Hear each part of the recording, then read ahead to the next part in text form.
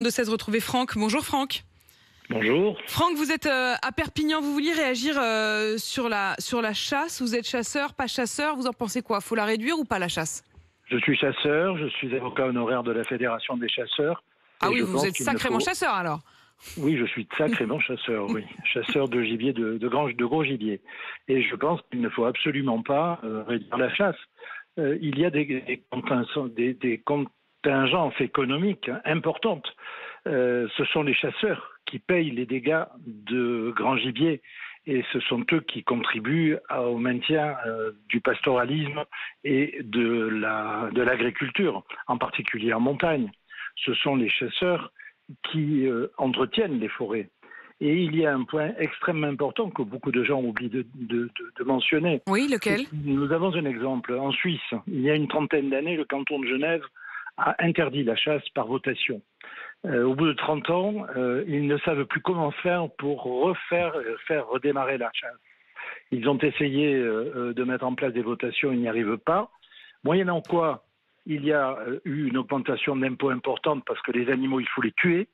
C'est dramatique, mais c'est comme ça. Il y en a trop. Je parle des Pyrénées-Orientales que je connais bien, je suis en montagne. Il y a une prolifération absolument invraisemblable de cervidés qui attaquent la sylviculture. En Suisse, c'est la même chose.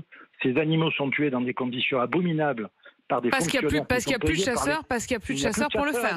La chasse est interdite. Donc il n'y a plus de chasseurs, donc on paye des fonctionnaires. Posez la question, est-ce que les Français ont envie, à nouveau, de voir apparaître un impôt? La chasse, ça représente des centaines de milliers de gens qui travaillent. Ce sont des gens qui sont payés. Mais Franck, j'entends parfaitement ce que vous dites, oui. Mais qu'est-ce que vous répondez aussi à ceux qui ont vu leurs proches, quand on voit quand même les deux accidents gravissimes qui ont eu lieu ce week-end, quand même un malheureux conducteur qui est dans son automobile sur l'autoroute en Bretagne, enfin sur la 4 voies en Bretagne, et qui se retrouve à se prendre une balle perdue. Qu'est-ce qu'on leur dit? Mais vous avez raison, mais est-ce que vous voulez bien essayer de rapporter la quantité d'armes qui sont dans la nature les week-ends par rapport au nombre d'accidents? Non, on sait bien, en termes de chiffres, ça vous donne plutôt raison. De fait, d'ailleurs, le nombre d'accidents a considérablement diminué ces dernières années, mais c'est toujours trop. Mais bien entendu que c'est toujours trop, mais à ce moment-là, interdisez la voiture. Interdisez la voiture, pardon, oui, c'est ça ce que vous dites. Oui.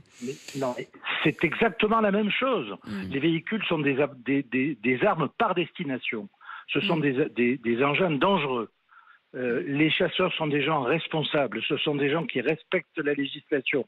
Il y a des accidents, mais il y a des accidents dans toutes les activités. Et on avait d'ailleurs tout à l'heure un des auditeurs qui appelait carrément en disant qu'au sport d'hiver, lui, il disait il y a eu 12 morts ces 5 dernières années à cause d'un accident de chasse.